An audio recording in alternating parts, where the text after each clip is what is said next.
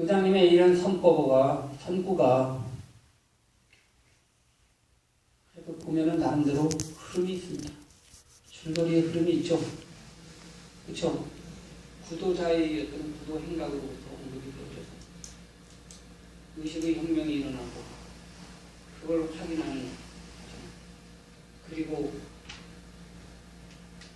자연스럽게 일어나는 자비심 때문에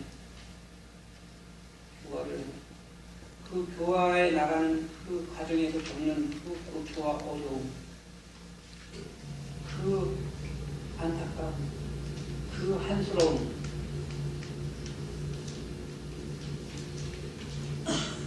그런 것들을 말씀하십니다. 그럼에도 불구하고 포기를 하지 못하고 황궁궁궐과 실고의 장거리도 이들에게 받으시옵소서. 이 대목에서 무엇이 떠오릅니까? 의장님의 열반입니다. 밑에 보세요. 일생 동안 남녀의 무리를 섞였어 하늘 넘치는 지옥은 금산을 지나친다. 산채로 무간지옥에 떨어져서 그 한이 망갈래나 되는데 흥분한 소리밖에 불공을 내보며 금산에 들었다. 이 기절의 핵심은 제가 볼 때 마지막 기절입니다. 일륜통 귀덕사.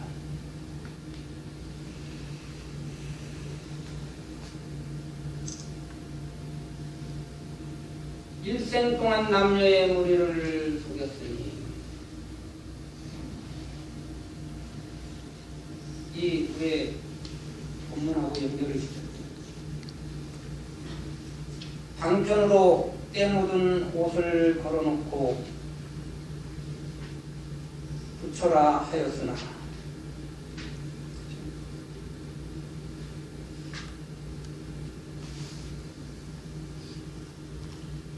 하늘 넘치는 제옥은 수미산을 지나친다. 그 중생들 그대로 모두 부처로서 드러내지 못하였으니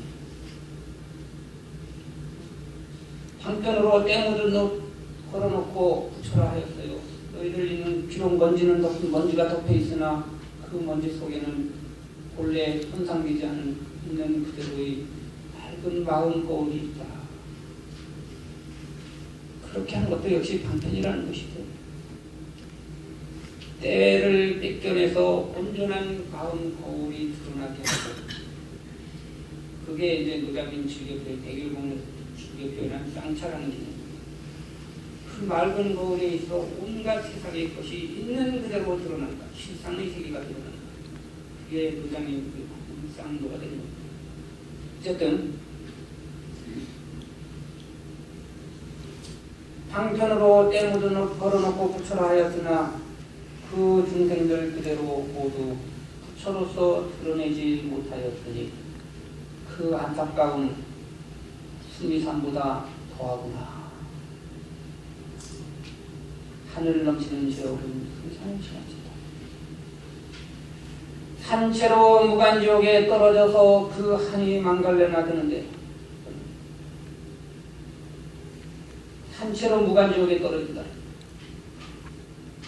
산채로 어떤 상태로 무간지옥에 들어간다는 얘기예요. 여기서 무간지옥은 위에서 얘기했죠.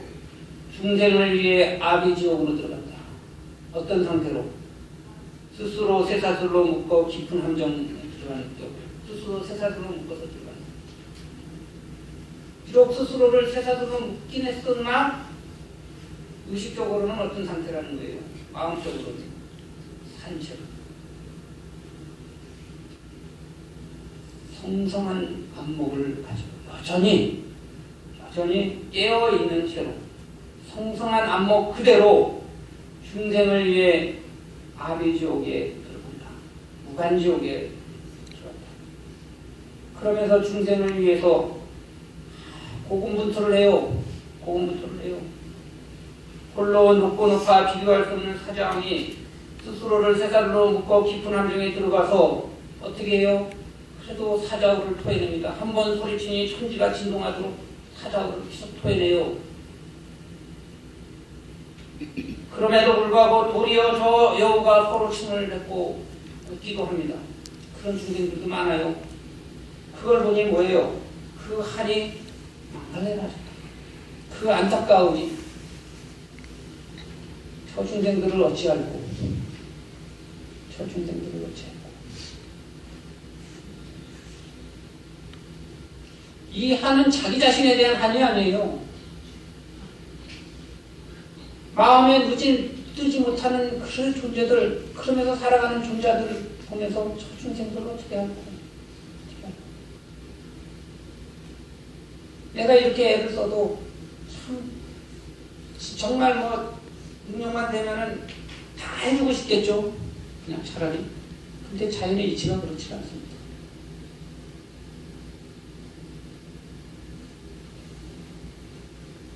둥근 한 수레바퀴 불금을 내뿜으며 푸른 산에 걸렸도다. 둥근 한 수레바퀴 불금을 내뿜으며 일륜토음이죠. 이 불금이라는 것은 비유하자면 햇살입니다. 햇빛이에요. 햇빛을 뿜어내는 게 무엇이죠? 해죠. 태양입니다. 해. 부처님의 가르침을 그래서 해에 비유합니다. 부처님을 해에 비유해요. 그리고 그 가르침을 햇빛에 비유합니다. 마음에 눈을 뜨신 분들이 해죠. 그분들이 토해내는 사자우가 바로 햇빛입니다. 마치 저 태양이 하늘에 탁 떠서 그 밝은 햇살을 쫙 내비치면 그 빛으로 인해서 온 세상이 대낮같이 해서 그 세상에 있는 모든 것들이 명명백백하게 드러나시는 것처럼 늘 부처님과 아라한들의 사자우는 항상 토해지고 있어요. 그 불금을 내뿜으면서 푸른 산에 걸렸다. 이 괴력산이라는 이 문구만 보면 참 가슴이 참 아련해집니다. 아련해져요. 괴력산. 푸른 산에 걸렸다. 저는 이걸 왜 이게 가슴이 참 아려지냐면은 해가 산에 걸려 있는 때는 어느 때일까? 서산에 거의 넘어가기 직전입니다. 그렇죠? 넘어가기 직전입니다. 시간적으로는 어떤 상황이에요? 그 밝은 햇살이 머지않아 넘어갈 수 있는 상황이죠. 그렇죠? 넘어갈 수 있는 상황입니다.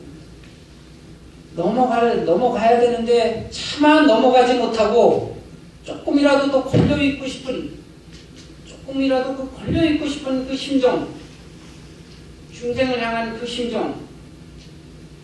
심정을 나는 걸렸다라는 표현에 담았다라고 봅니다.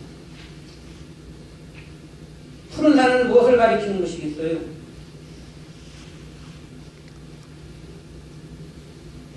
산은 산인데 푸른 산이에요. 비록 먼지가 덮여 있지만 그 먼지 속에는 여전히 먼지와 상관없이 본래의 기능을 그대로 발휘하고 있는 거울이 있죠. 불성이 있습니다. 그 불성을 계속해서 가리키면서 보라고 보고 발굴해서 찾아서 쓰라고 계속 가리키고 있습니다. 너무 차만 넘어가지 못하고 조금이라도 더 걸려서 계속해서 중생들 내면에 깃들어 있는 가의 성품을 비추어줍니다. 누가 그렇다라는 거예요? 부처님과 그 외에 마음을 드신 분들이 일륜통 괴력자입니다. 이 절절한 겁니다. 절절한 거예요. 특히 걸렸다라는 표현 보면은 참 요장님이 산중에서 이 세상 밖으로 별로 안 오셨다고 해서 그게 참 불만 중에 하나예요. 우리 당연한 감원스님이신 고대군님께서 부처님 오신 날 예전에 여의도에서 부처님 오신 날 고로식을 할 때 그때 종정이셨으니까 큰 스님께서 그 여의도 고로식 때 한번 뜨시면은 200만 명은 모을 수 있습니다. 한번 드시는 게 어떻겠습니까? 그럼에도 불구하고 한중은 산을 지키고 있는 게 됩니다. 언제나 그 말은 언제나 공부는 지킨다. 단지 산을 지키는 게 중요한 게 아니라 공부는 지킨다.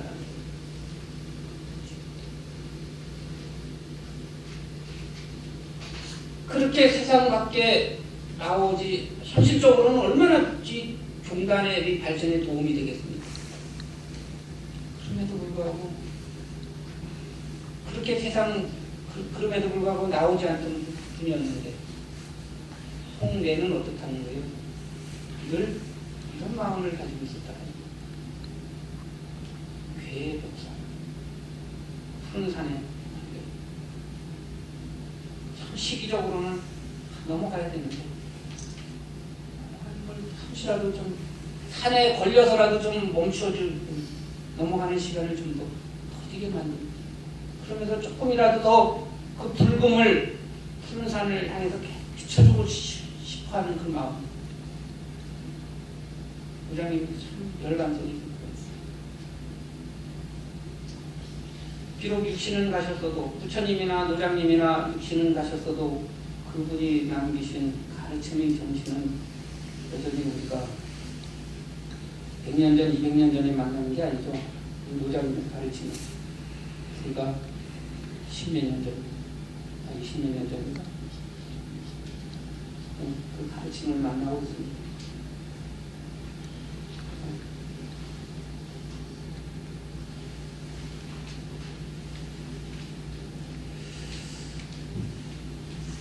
세상의 모든 것은 기다려주질 않습니다. 그러니까 저는 변화 속에 있어요. 변화의 흐름 속에 있습니다. 좋은 것도 다 지나가고요. 나쁜 것도 다 지나갑니다. 그 속에서 그런 것들을 대하며 나는 얼마나 풍족하게 취하면서 살아갈 수 있느냐가 중요한 게 아니라 그 흐름 속에서 얼마나 나는 꺾이지 않고 살아갈 수 있느냐. 내 마음이 꺾이지 않아야 됩니다. 내 마음이 꺾이지 않을 때 내 가까이 있는 사람들, 내 주변에 있는 존재들에게 나는 무엇을 회양할 수 있는 겁니까? 싱그린 얼굴이 아니라 웃는 얼굴, 부드러운 말 한마디를 더 선물해 줄 수 있는 겁니다. 나에게 여유가 있지 않으면 그게 지켜지지 않아요. 공부하는 사람은 그것부터 주변 사람들에게 회양할 수 있어야 됩니다.